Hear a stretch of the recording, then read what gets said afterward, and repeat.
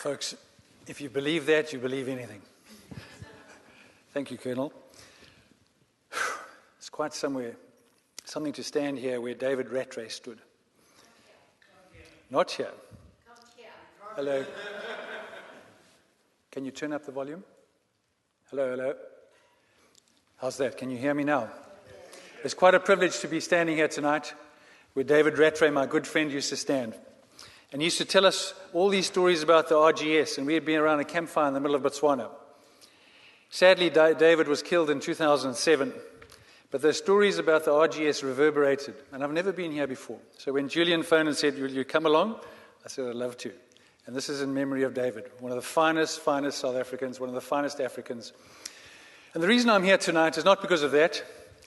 It's because I had the terrible situation in life to witness an extinction of a big animal. I witnessed an extinction of rhinos because my first job in 1977, I ended up leaving South Africa and I went to Botswana, and we had rhinos everywhere. We had the most extraordinary situation that when you first come up as a 22-year-old boy into a country like Botswana and you're living up there, and there's a full smorgasbord of wildlife, and you assume that that's the norm. But through the sort of late 70s and the early 80s, it got harder and harder to find rhino. And then one day, the lights went out. It is only the day when you're suddenly faced with extinction that you suddenly realize what you've been missing. And we went through this extraordinary extinction with a huge hole, and for the rest of our safaris, for the next 15 years, we'd be waiting for that horrible question: where are the rhinos?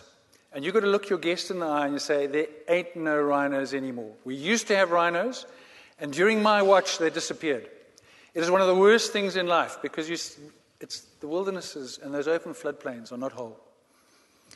And we're facing the same situation. But 15 years later, my company was able to go and motivate to the Botswana government that we're going to bring rhinos back into the wild again. And that's what we did. We went out, and the Botswana government was extraordinary. They were scared of a third extinction, because they had rhinos in the 1800s, they had rhinos in the 70s, and they were scared that we'd have a new extinction if we brought wild rhinos in. But at the top of Chiefs Island, miles from anywhere, we finally worked out that there was perfect vegetation, perfect grazing, and they allowed us to go and bring the bomas in. We worked with the Botswana Defence Force. We loaded up a whole lot of rhinos from different parts of southern Africa. We flew them in, and it's an extraordinary experience, because at this stage, those rhinos were ours. They were a balance sheet item which belonged to us. And the day we let them go, on the one hand, our accountants were crying because we'd lost millions of rand. On the other hand, we were crying because for the first time in 15 years, the rhinos were running free and wild in Botswana. And it's been a remarkable story. To go out there and see wild rhinos on the plains again. And last year, I spent a week up at Mambo. And to see black rhino again, black rhinos in the wilds of Botswana, where I hadn't seen them for nearly 40 years, I cried, and I cried, and I cried again. And it's only once you've actually gone through that you suddenly realize that, we're at that tipping point and we better change. One of the privileges I had of life was in the 80s, I was invited into Namibia to go and speak to one of the local chiefs in this particular area here. This is called Damaraland in the Kokoveld up in the northwest Namibia. And this chief lived in a little town where there was no jobs, nothing. We drove in, and this was his sort of main settlement.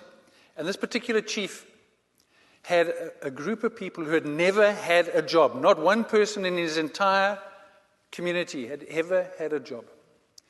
And we drove in, we saw goats, we saw donkeys. We didn't see one wild animal, but we did see the spoor of an elephant, a desert elephant. And that was enough for us to say, we've got to do something here. We signed an agreement with the chief, and the most extraordinary thing happened. This little business, which they got 10% of the revenue, they got all the jobs, developed over time and became this hugely successful operation. And next door, the community heard about us, and they approached us. Save the Rhino Trust was running the NGO, and they said, can we get involved as well? And it's been one of the most remarkable stories where local communities look after wildlife better than anybody else. And look at the numbers of how they've appreciated over time. And you're going to hear more about this from Jeffrey. But I just say to be part of the story where now 19% of Namibia is set aside formally for conservancies on the basis of this community, government, private sector partnership.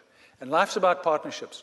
And when you bring the communities into your partnership and you're making them a real beneficiary, they become the best custodians. And here we are. All these green areas are areas which are conservancies, and they're the backbone of the whole Namibian conservancy movement. And I'm out of everything. I've got no vested interest in any safari company. We had to become independent to produce this book, which is an independent evaluation of what happens. And so I guess I'm here tonight to kind of bring the parallels of what's successful in Africa and how we can apply that to India and the tiger story there. But let's look at some numbers. The extraordinary thing about Africa is that we're this enormous continent. There's India, there's China, there's the whole of the USA, and there's the rest of Europe. We're this massive continent with the most extraordinary wildlife, bird life, the most wonderful range of activities, the most extraordinary people, the deserts, cities, the lot, and yet we only get 5% of the world's tourism. How is it possible for a continent so rich and so varied can only get 5% of the world's tourism? And this is part of our problem.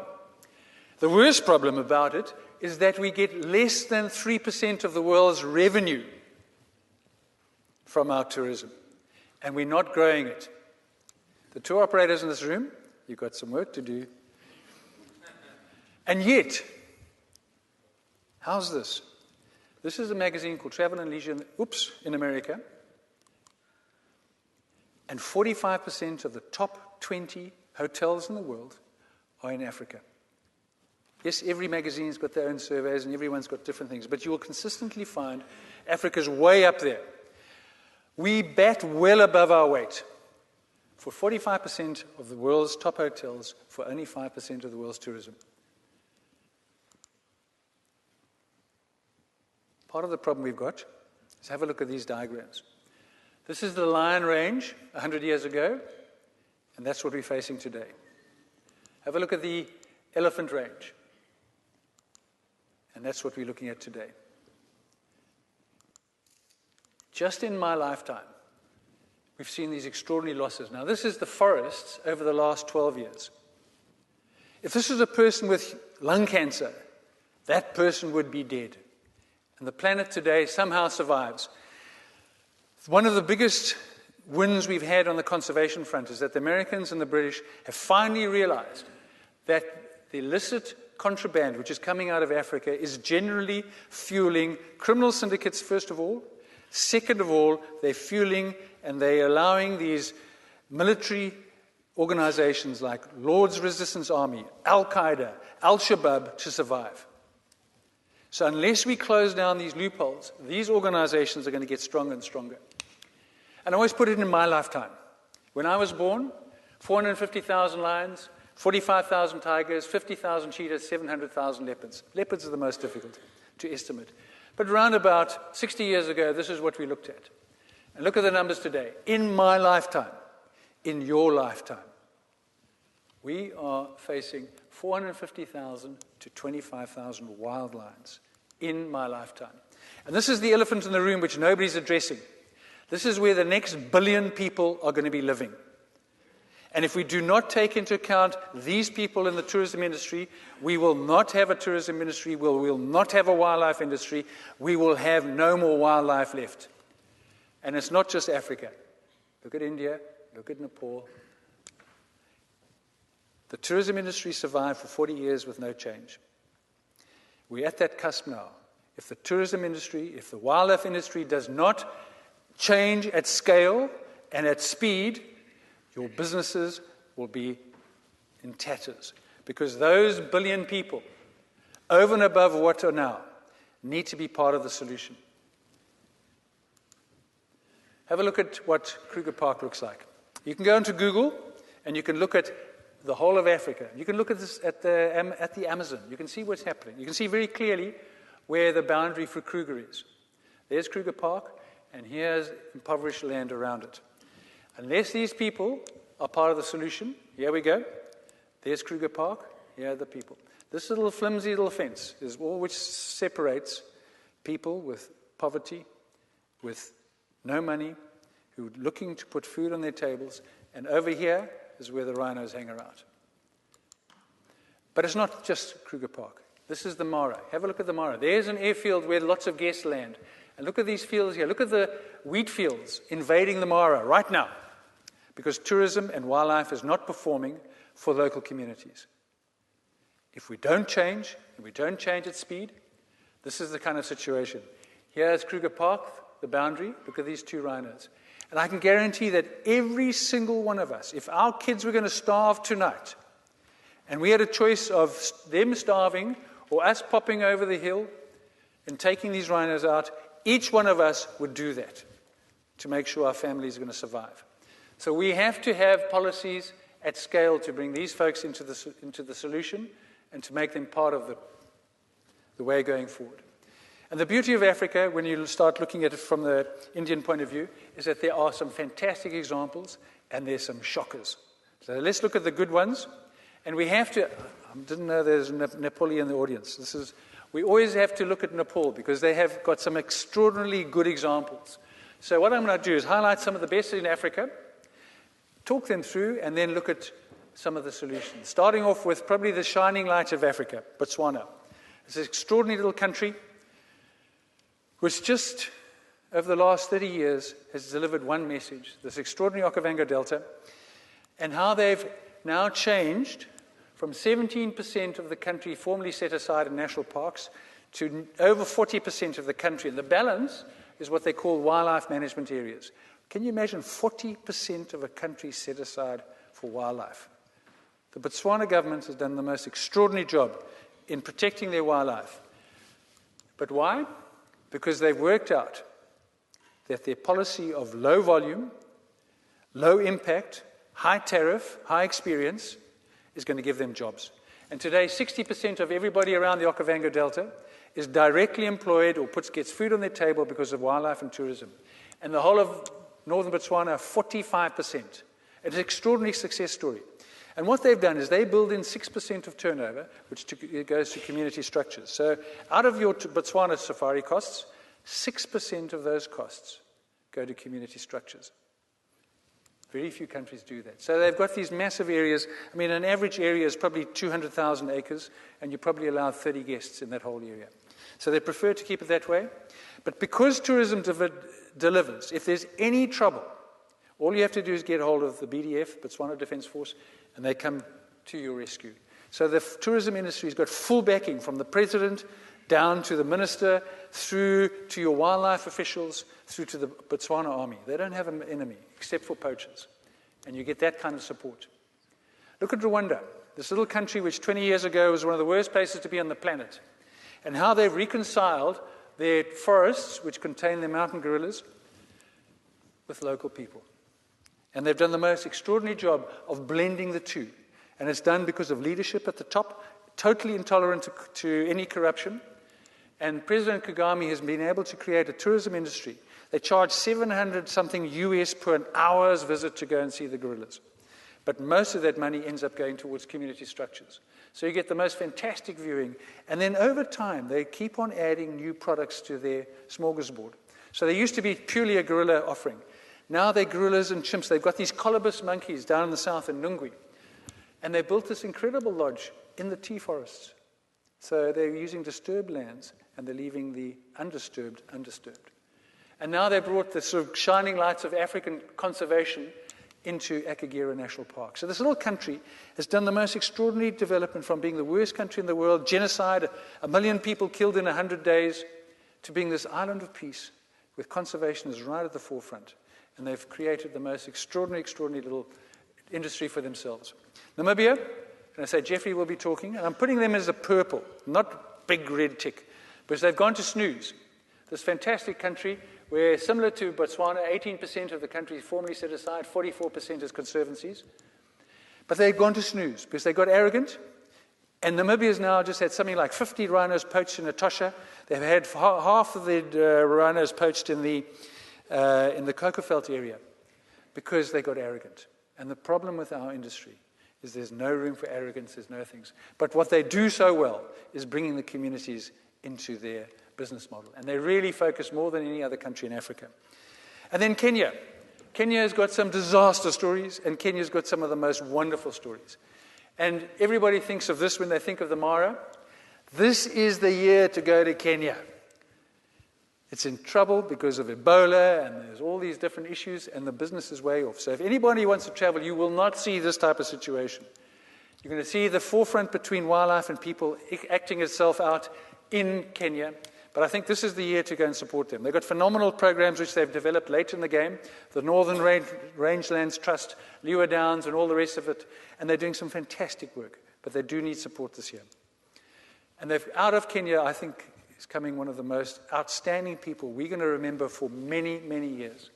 Dr. Paula Kahumba. She's a local Kenyan. She's driving this whole initiative second to none. She's become an extraordinary woman to create positive change in Kenya. A local Kenyan woman. It's just, what she's done is fantastic. And then the final example is Chad. For those of you who think, Chad? Why would I want to go to Chad? Some of the finest wildlife experiences of my life have been in Chad. What's happened, the Chad government, from the president down, has decided they want to create a different model for their tourism industry and create a more positive image for the country. So Zakumo National Park has been taken over again by African Parks. They're an organization, they just give money, they don't want it back. They put proper professional management in, they put proper professional systems in, they sort out neighboring communities. They run something like 1 million hectares now, working with communities, incredibly successful. If you want to go and have one of the best experiences of your life, go to Chad. It's so close to Europe. Air France flies in, and there's a limited three-month season a year. Okay, what mustn't you copy? Please do not start getting into these industries where you commoditize wildlife. Petting of wildlife. I mean, these petting shops, these walking zoos. I mean, what happens now in South Africa? We opened up in 2006 the petting industry, the lion petting. You can go and pet lions, and then you go and walk with them, and then you go and breed them, then you go and can shoot them, and then tiger bones. It's lion bones, but it's all about tiger bones. Through the Tiger Bone Initiative, remember the Chinese stopped using tiger in their pharmacopoeia, but then they got a loophole to create tiger wine. And a lot of our carcasses in Africa are now lion carcasses are going to China as a duplicate for tiger bones. So we've got this incredible industry. We've got something like 6,000 to 9,000 lions in captivity for a totally fraudulent industry, which then goes and stimulates tiger consumption.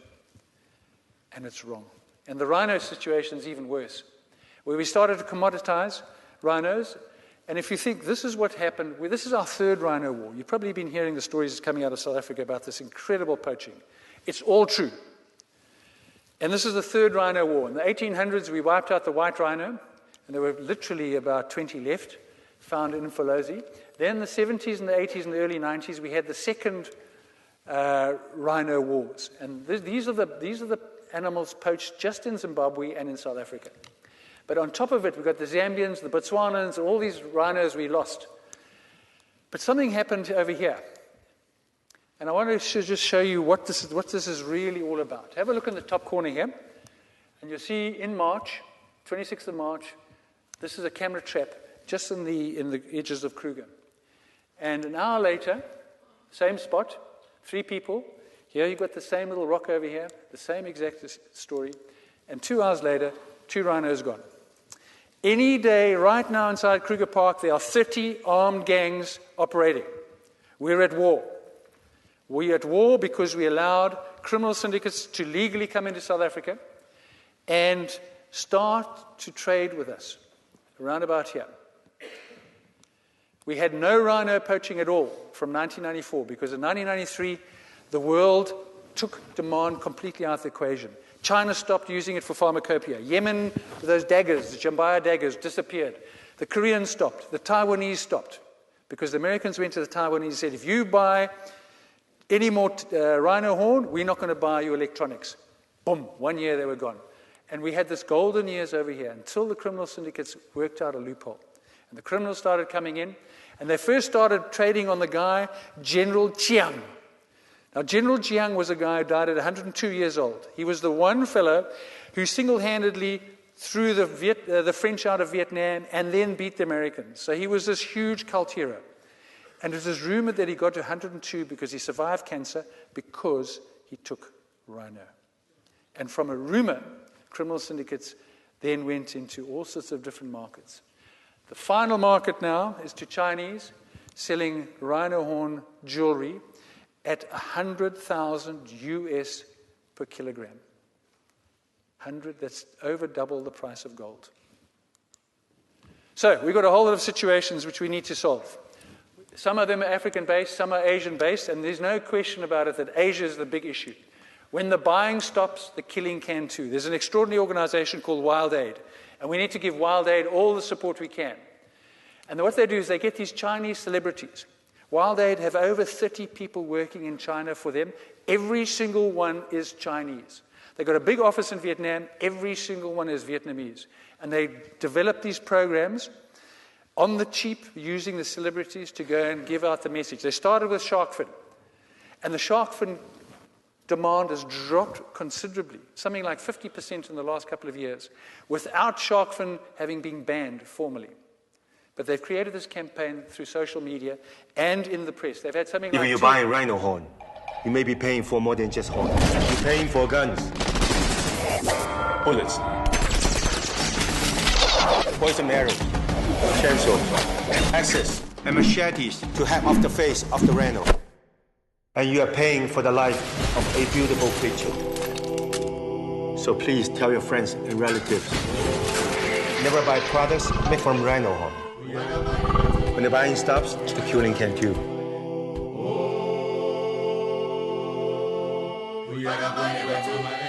When the buying stops, the killing can as well.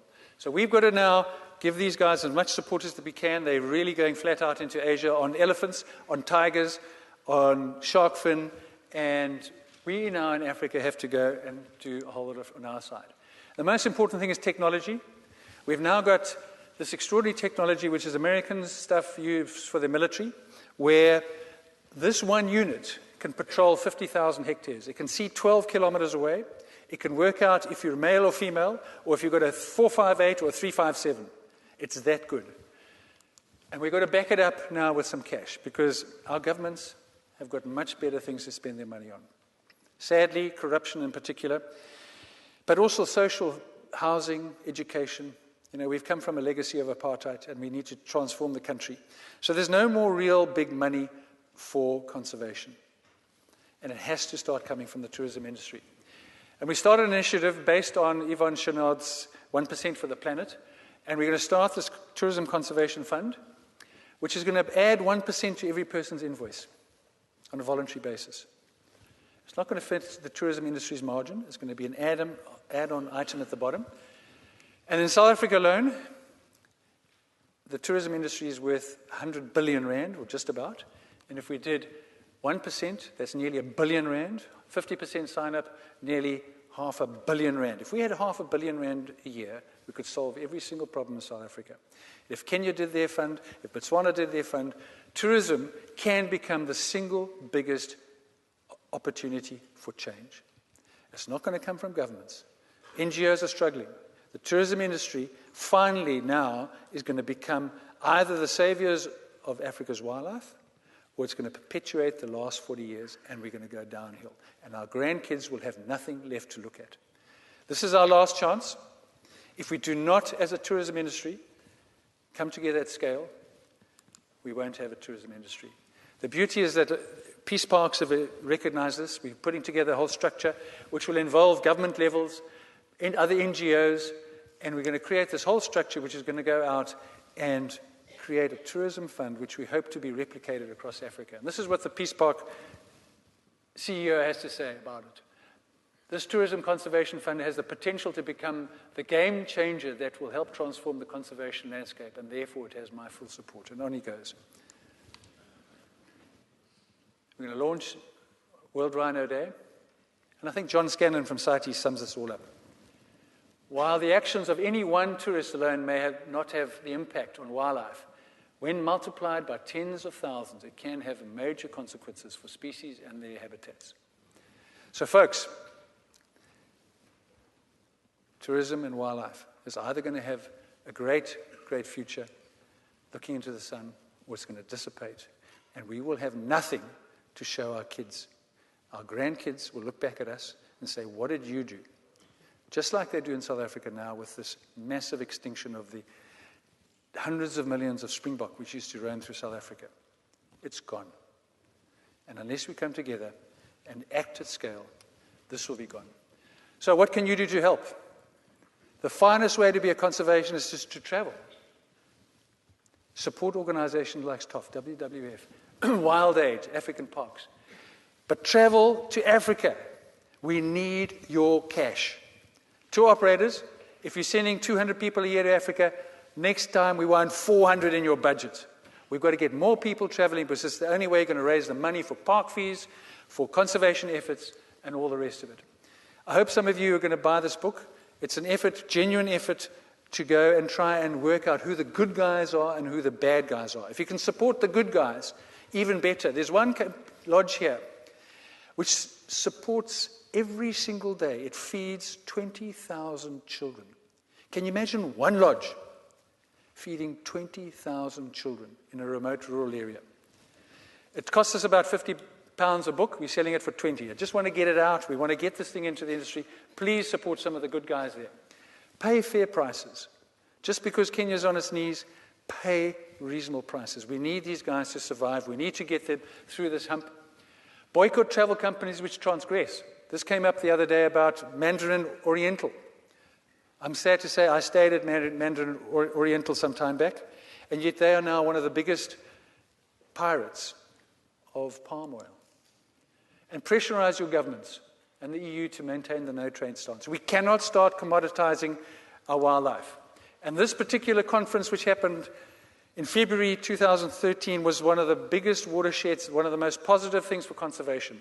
Your three princes invited a whole lot of governments, and the British government did a fantastic job.